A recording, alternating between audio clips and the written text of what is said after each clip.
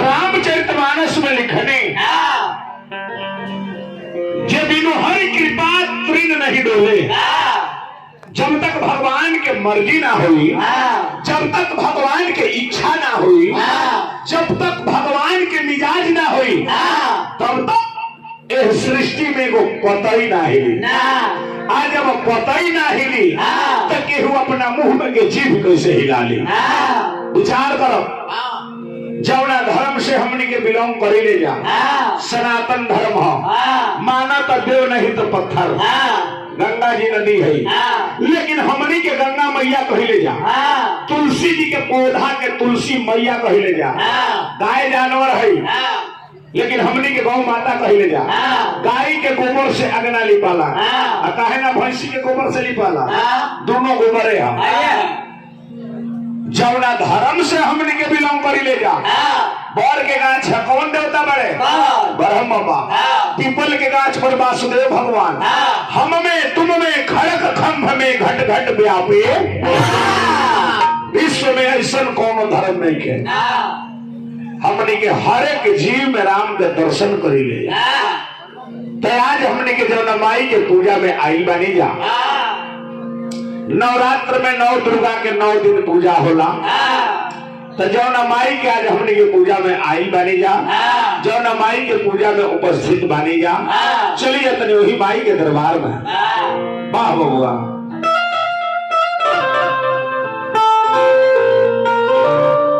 उत्याचल अस्ताचल हिमाचल नीलाचल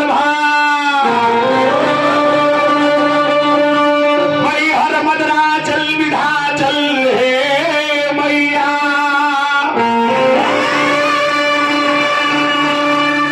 जहाँ ध्वजाचल सवाचल है शैल सुता,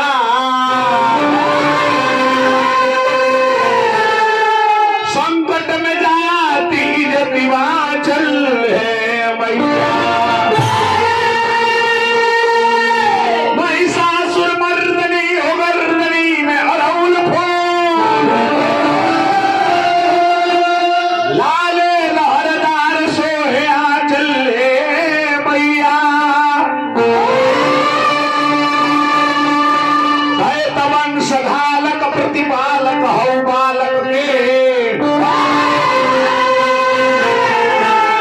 जोगिनी जमात फिरे नाचल है मैया। ऋषि महर्षि देवर्षि ब्रह्मर्षि लोग 8 जामर उड़े पोथी बाचल हे मैया।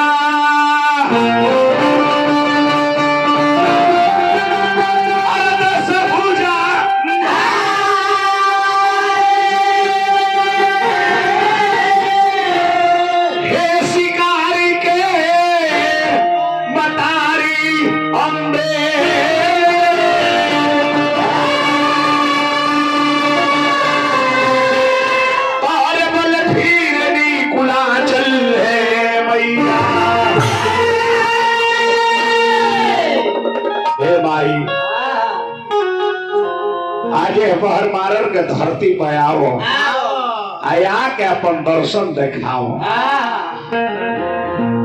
आओ हो आओ मैया, जय हो जय हो। आज बुढ़ावा बोलाओ,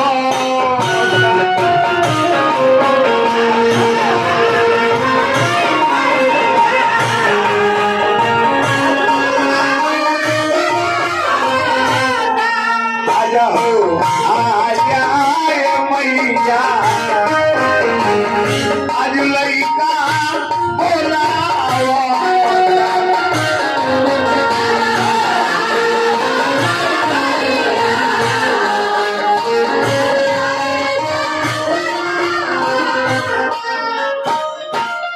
भाई उसमें बोर्ड जी आवाजों बटू काला साजवा कबहू उन पाना। आजा हो आजा ए मैया, आज लइका बोलाओ।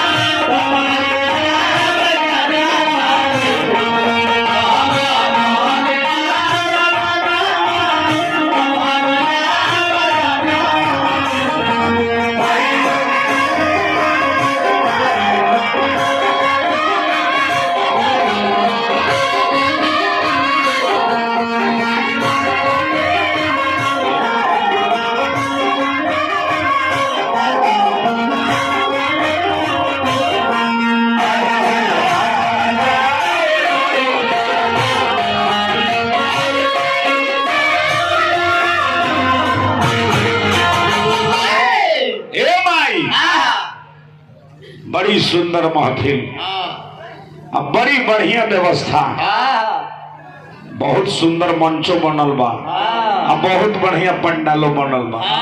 ई माई के देन बा, ई कमेटी के मेहनत बा।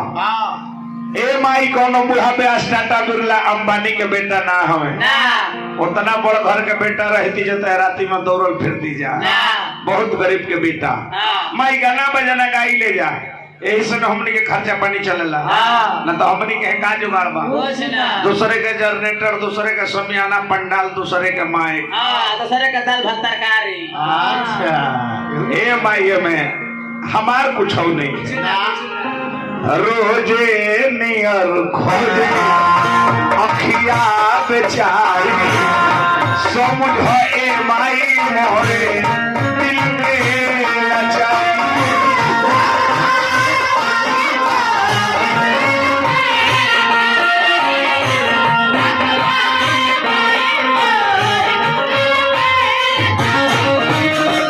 सुर के सहुर नहीं खेलूरा, भरपूर नहीं खे कुछो ओ नया वाता।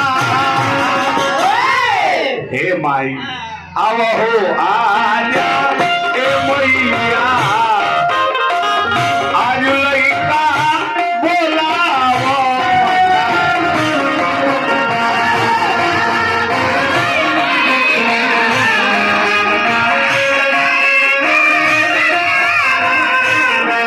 आजा हो आजा ए मैया,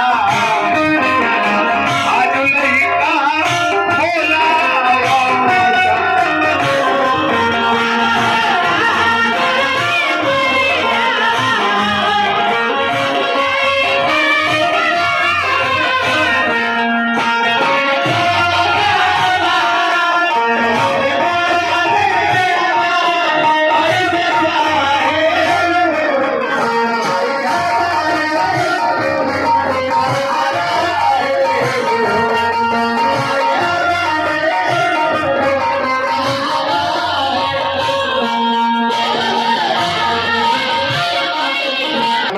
पुरस्कार हार्दिक हार्दिक स्वागत बा, अभिनंदन बा, वंदन बा।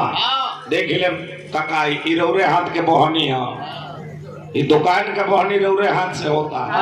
देखो तो नहीं कि रौरे बड़ा हाथ कैसन बा।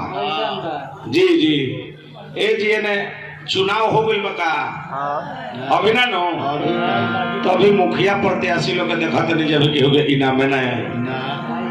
अब हमनी के कहा जानते नहीं, जब केहू प्रत्याशी लोग आई तब ना हमनी के जन्म जे मुखिया के चुनाव हो गइल बा कि नहीं कम होई। जी जी अब एकरा ला बढ़िया अवसर थोड़े आई ना, कहियो ना आई।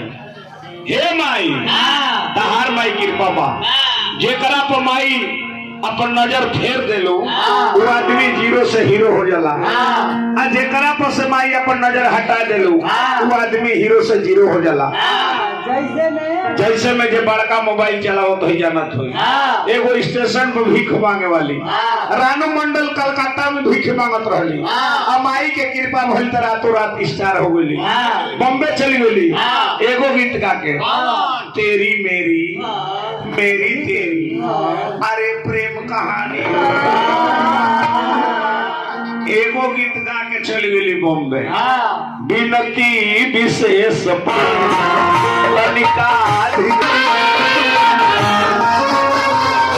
झुकाई के मथवा बेथवा सुनावा। देखिए तो परसा पूर्वी जिला परिषद का प्रत्याशी बने रीता देवी ना जी, कने हनु जहाँ भगवान एकदम रीता देवी के एकदम ढेर वोट से जीतावस।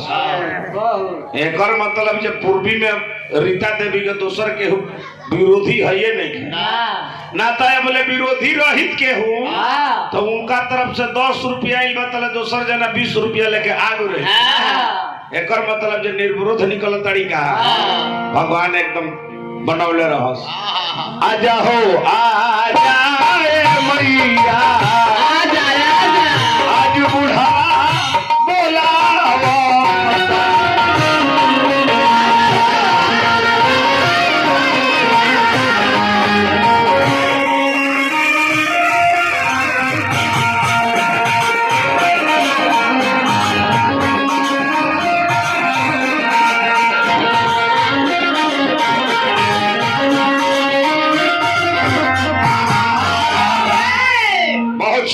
व्यवस्था बा अब बड़ी निमन महफिल बा बाप रे बाप